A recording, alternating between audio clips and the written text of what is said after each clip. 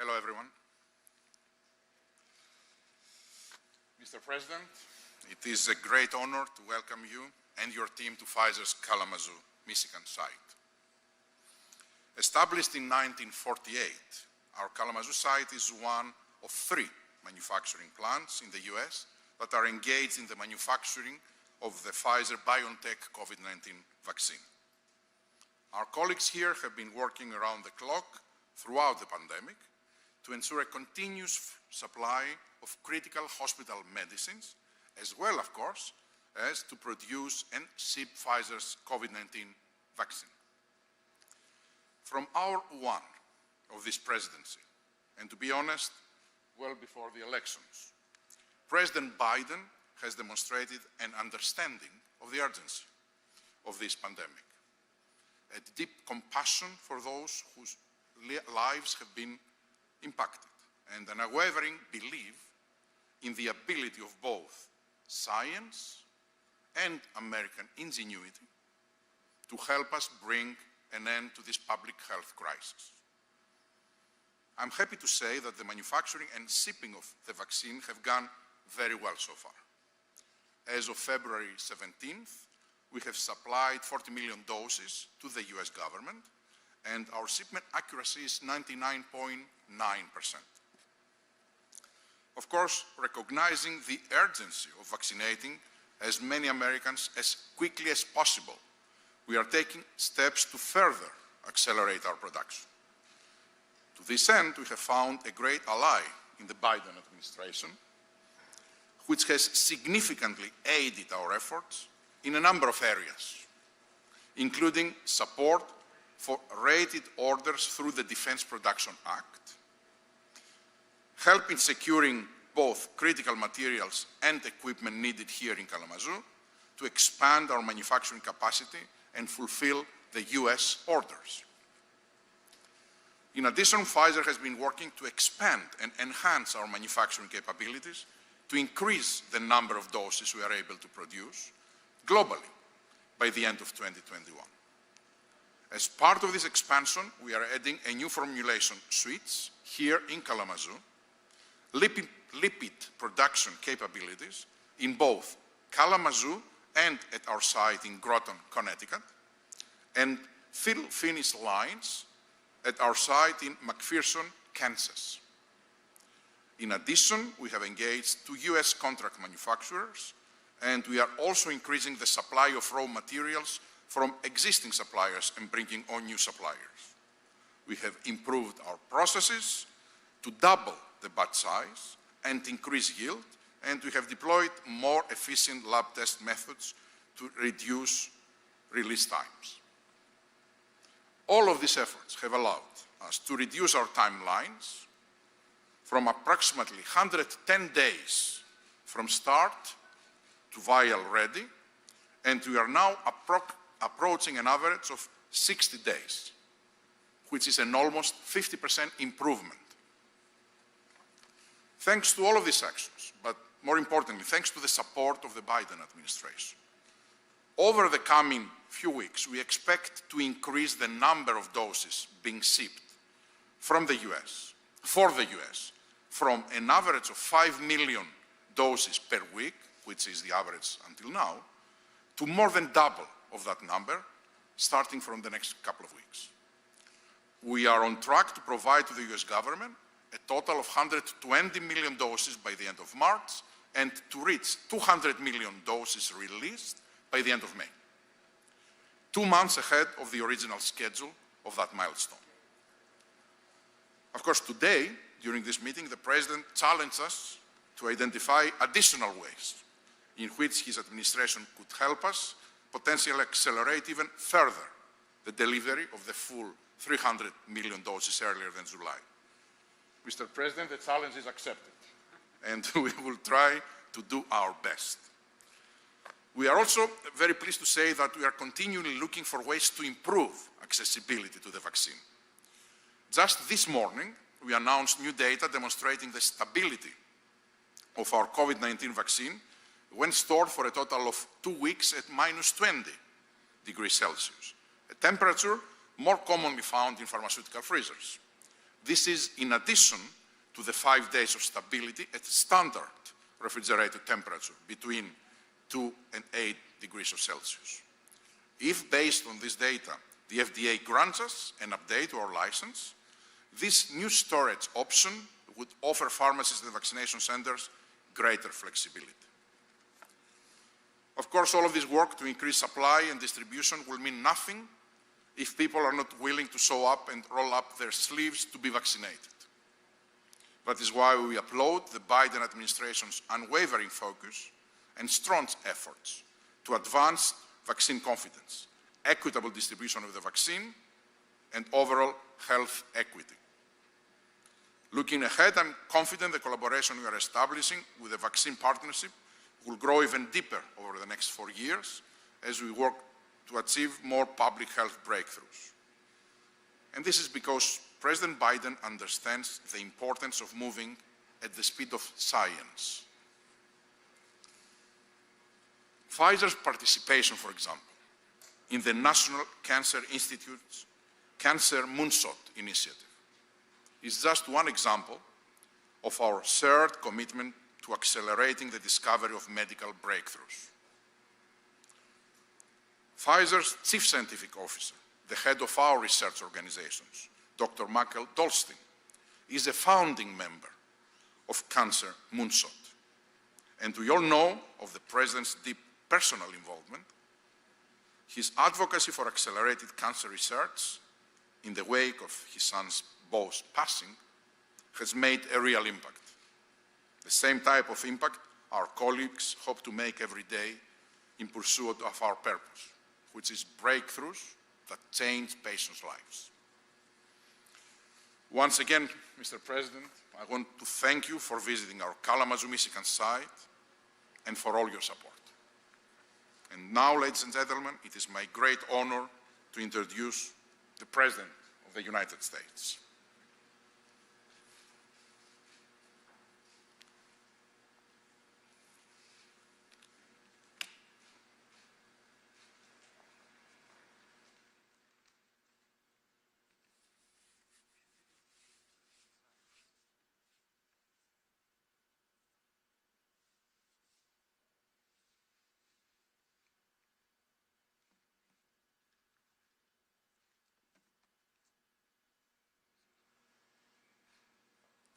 Thank you very much.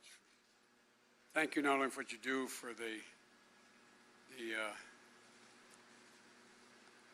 credit you've given me that I really don't deserve.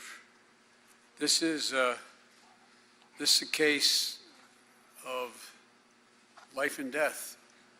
We're talking about people's lives. I want you to know that once we beat COVID, we're going to do everything we can to end cancer as we know it. I've asked Dr. Eric Lander, a renowned Harvard-MIT scientist, to co-lead the Presidential Council of Advisors in Science and Technology and the Office of Science and Technology Policy. These are White House offices that bring together the country's top scientists and address our most pressing needs. They'll be part of the administration's work to develop a DARPA-like advanced research effort on cancer and other diseases, just like there is DARPA in the Defense Department that develops the breakthroughs to protect our country. This administration is going to be guided by science to save lives and to make lives better. That's why I wanted to come here, Albert, to thank you, to thank all the workers here in Kalamazoo. And I'm here to thank my good friend, Governor Whitmer, and she has become a good and close friend. The governor's been on the front lines of this pandemic as well for a long time, and I think she's doing an incredible job in very difficult circumstances. And Michigan is also fortunate to have my buddy Gary Peters as United States Senator and Debbie Stabenow. Gary is here. Gary has been a workhorse in making sure that we move through this funding to get things done, because he understands better than anyone it's about urgency. Urgency of the moment. So, Gary, thank you, Senator. Thank you for all you're doing. Last week, I toured the Vaccine Research Center at the National Institute of Health in Bethesda, Maryland. I met world-class doctors, scientists, and researchers who were critical for discovering the vaccines in record time. I remember when we first started talking about this, asking Dr. Fauci and others, said, well, it could take up to several years, maybe as many as 6 or 8 years, to find a vaccine. It's a miracle of science and the brilliant minds that we have around us. And now it's a second miracle, the miracle of manufacturing to produce hundreds of millions of doses. Let me say it again, hundreds of millions of doses.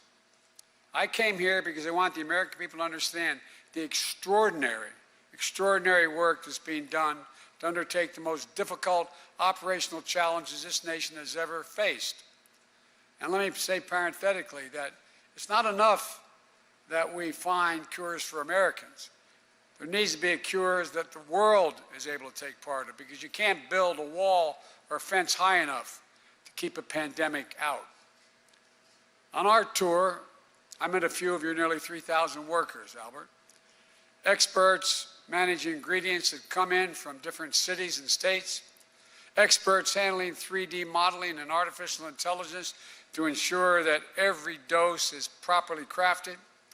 Experts ensuring sterile environments so that each vial, each and every one, is safe and free of contaminants. All of this is followed by extensive safety and quality control inspection, then careful packaging and labeling. We walk by a freezer farm that then keeps those doses viable so they can be shipped. This is an incredibly complex process. And at every stop, safety is the utmost priority. The whole process takes teamwork, precision, and round-the-clock focus. Machinists operating some of the most advanced equipment in the world, working side by side with chemists, biologists, pioneering technologies that less than a year ago were little more than theories and aspirations. And it takes a partnership, in our view, between the federal government and all the companies and universities contributing to the vaccine effort. Just over 4 weeks ago, America had no real plan to vaccinate most of the country. My predecessor, as my mother would say, God love them, failed to order enough vaccines, failed to mobilize the effort to administer the shots, failed to set up vaccine centers. That changed the moment we took office. I directed Jeff Science, my COVID-19 response coordinator, to lead my administration's work with the vaccine manufacturers to buy more vaccines and to speed up delivery. Albert referenced it earlier, and I want to thank him for making it happen. Because we worked together, we're now on track to have enough vaccine supply for all Americans by the end of July. That doesn't mean it'll be in all Americans' arms, but enough vaccine will be available by that time.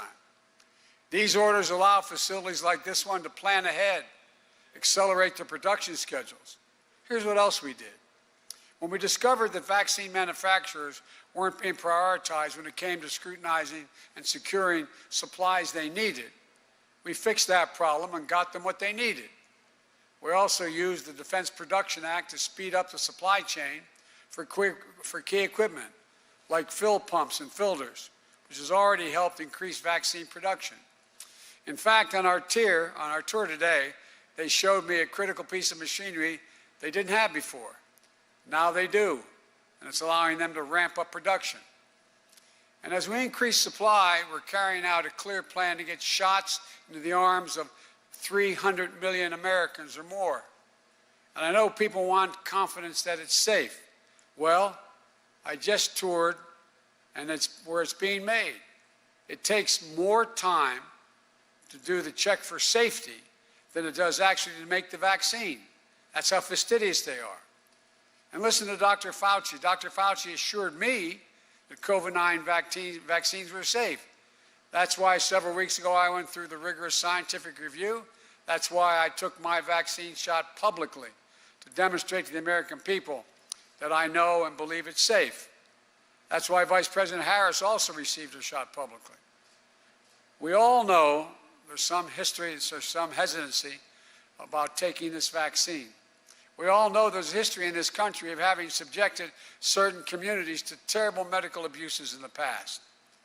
But if there's one message to cut through to everyone in this country, it's this: the vaccines are safe.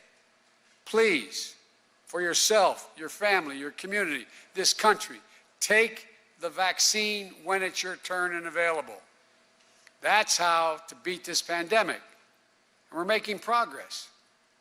We deployed more vaccinators, the people to put the vaccine in your arm. We're now making it possible for retired doctors and nurses to come back and under law administer these shots. We've put new vaccinators in the field. These include over 800 medical personnel from our commissioned corps at the Department of Health and Human Services, and personnel from the Federal Emergency Management Agency, FEMA, Defense Department, National Guard. We're literally lining up thousands of vaccinators, because it's one thing to have the vaccine, it's very different to get it in someone's arms. We're also creating more places for people to get vaccinated. We've provided $3 billion to states, territories, and tribes to create hundreds of new vaccination centers to ramp up the existing ones that are there. Right here in Michigan, with Governor Whitmer, FEMA has provided tens of millions of dollars to bolster the state's community vaccination centers. From the National Guard at the Expo Center here in Kalamazoo, to the TCF Center in Detroit, to parking lots and churches across the state. We've worked with governors in California, Texas, New York, and more to come to stand up mass vaccine sites and stadiums that will be open 24/7 in arenas and community centers. It's an effort that's on top of the federal government, covering the full cost for the state's use of their National Guards for pandemic efforts. And you suggested I do that a while ago, and I promised you I'd do it, and we did it. We also started shipping vaccines directly to thousands of local pharmacies across the country, so eligible folks can get the COVID-19 shot like they would a flu shot. Here in Michigan, that's already more than 220 pharmacies, like Rite Aid and Myers, in more than 130 cities in Michigan. And that's just the beginning. It's only been 4 weeks.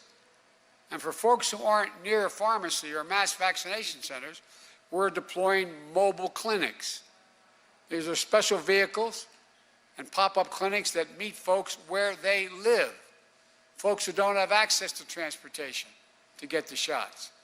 We're also supplying vaccines to community health centers, federal community health centers, to reach those who are hit the hardest: Black, Latinos, Native Americans, and rural communities, which have higher rates of COVID infections and deaths than any other group. Here in Michigan, we're already partnering with community health centers, serving more than 370,000 patients in 11 cities across the state. That's because you guys have pointed out where they were, why it was so important, and how we get to, as Gary talks about, get to the people most in need and the people most dying from COVID. This is important to ensure everyone is treated equally and those hardest hit get the care they deserve. We're now at a point where we've seen the average daily number of people vaccinated nearly double from the week before I took office to about 1.7 million average per day getting a shot. We're on track to surpass my commitment. You may remember when I said in my first 100 days just before I was inaugurated, which seemed like 100 days, but anyway, first 100 days before I was inaugurated, that we'd administer 100 million shots in my first 100 days. But we're on the path to do that. We're averaging 1.7 million a day. Soon we'll be at 50 million, and I'm confident we'll exceed the number. But that's just the floor. We have to keep going. But despite the progress, we're still in the teeth of a pandemic. New strains are emerging. In a few days, we'll cross 500,000 Americans who will have died from COVID-19. 500,000. That is almost 70,000 more than all the Americans who died in World War II over a 4-year period. All the sorrow, all the heartache, all the pain. And while we wait for everyone to get vaccinated, we still need you to wash your hands, stay socially distanced, and mask up to help save lives. That's why, with the authority I have as president, I signed an executive order, the only authority I have to require this, to require masking on all federal property, all modes of travel like planes, trains, and buses.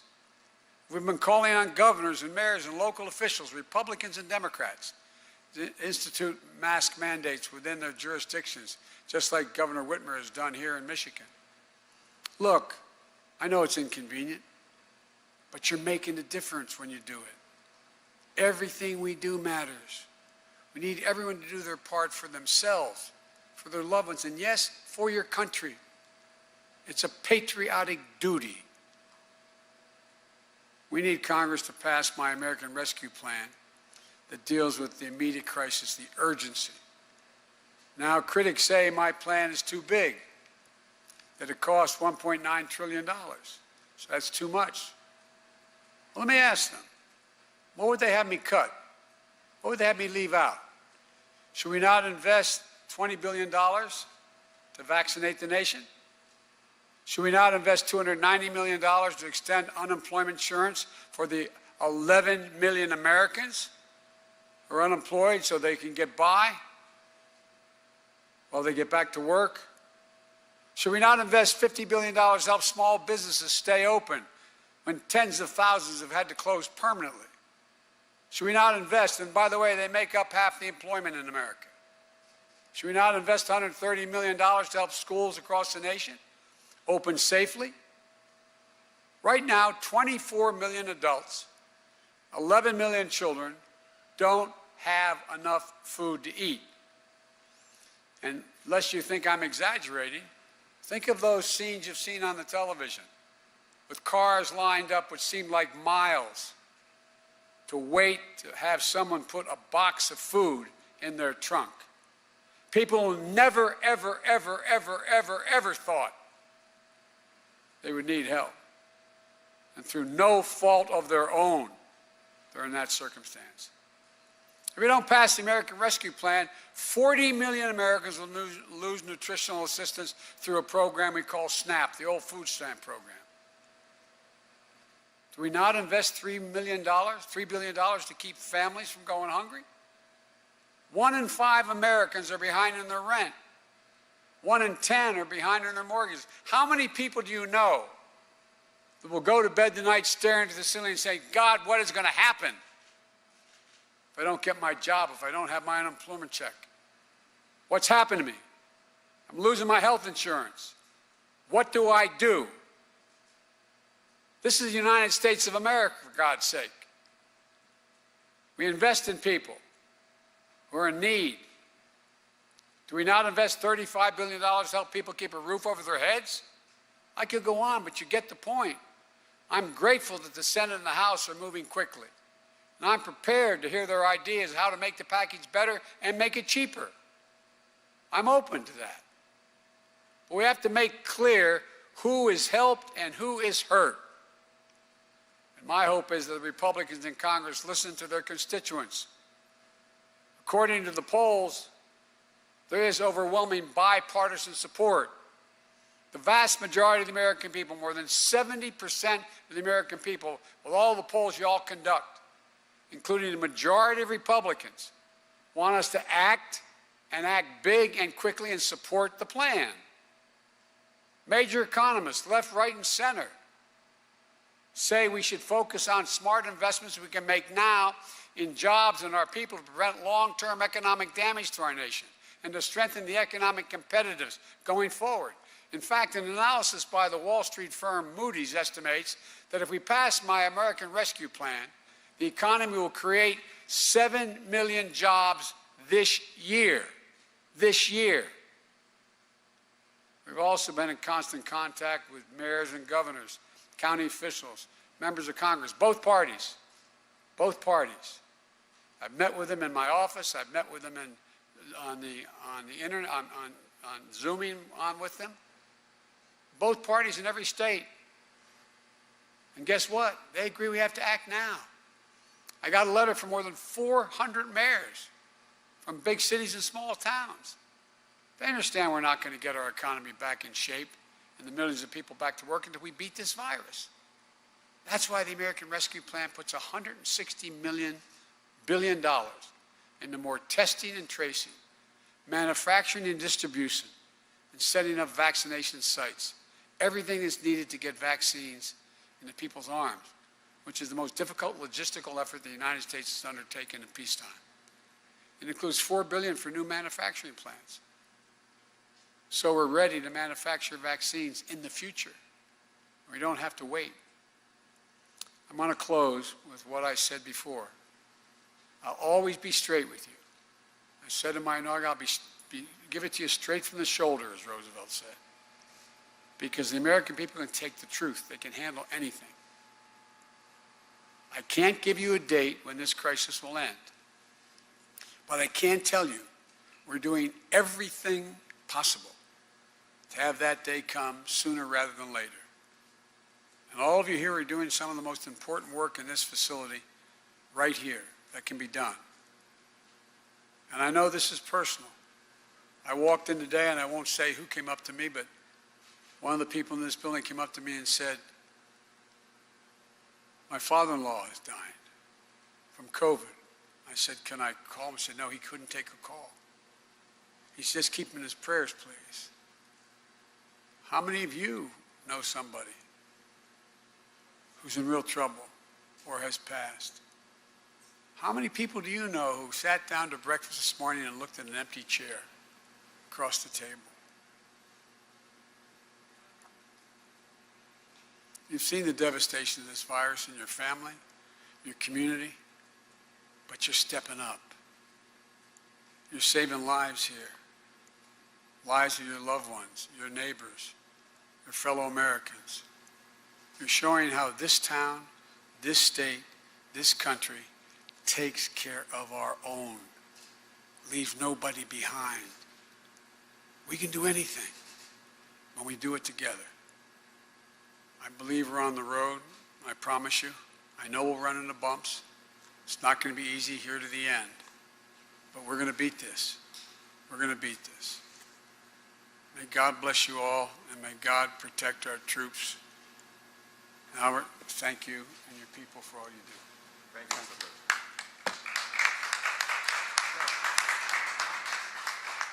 Thank you.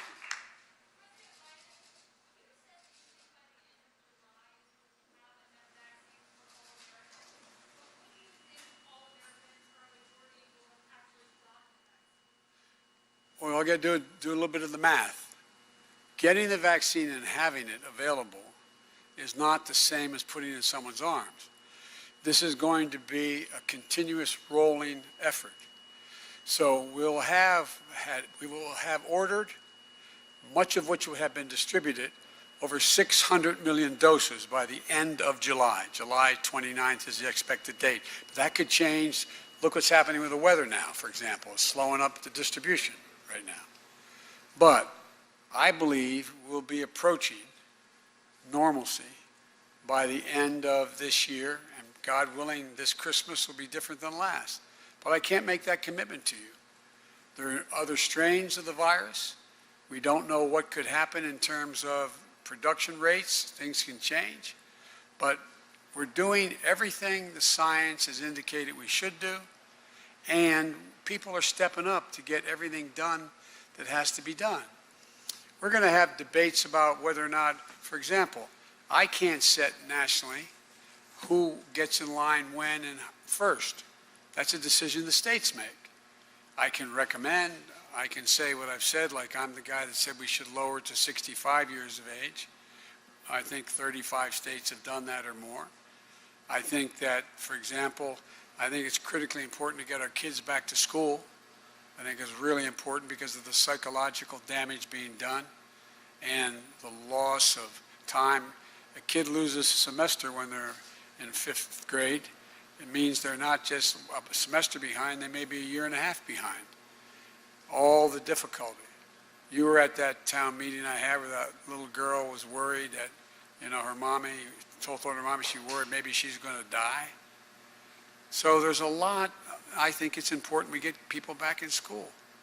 There's a difference, for example, according to the science now, between kids between the ages of 3 and probably 12 years old in terms of whether they can absorb and or communicate the disease than it is for kids who are 15, 16, 17, 18 years old who congregate more together.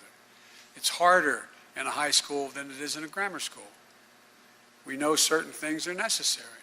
Social distancing, smaller class sizes, ventilation, testing, and the possibility that staff, whether it's the staff taking care of the sanitary conditions in the school, or simply, you've heard me say this before, bus drivers. To open the schools, we need more buses and bus drivers. We can't put kids packed in a bus sitting next to one another. So we know the things that have to be done. The question is the order in which we do them is going to determine on what moves the quickest and where the need is the greatest. Obviously, we still have to focus on first responders, our doctors, our nurses, those delivering the services.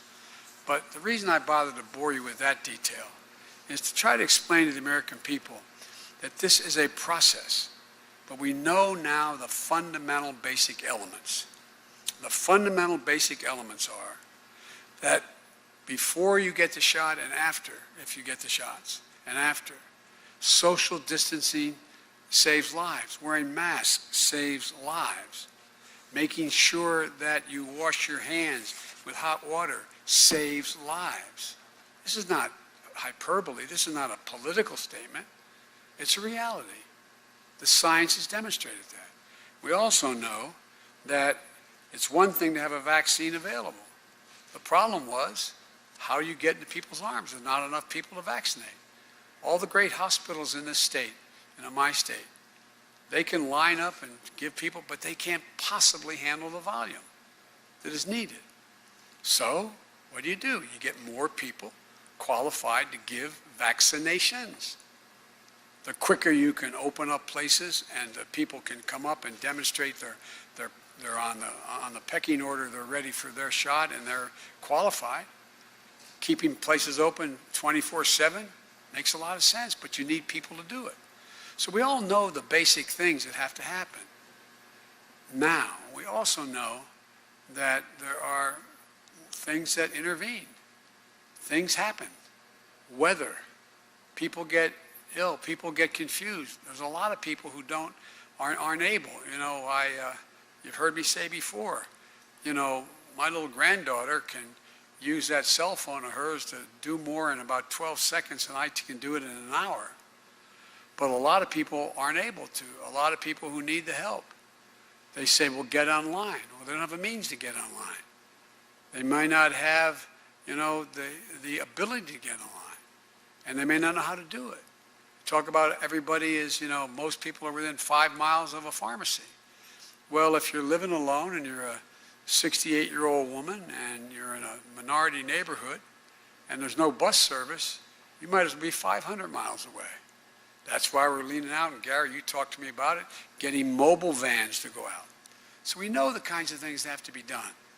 But there has never, ever, ever been a logistical challenge as consequential what we're trying to do. But we're getting it done, and as my mom would say, with the grace of God and the goodwill of neighbors, we're going to save a lot of lives. Thank you very much.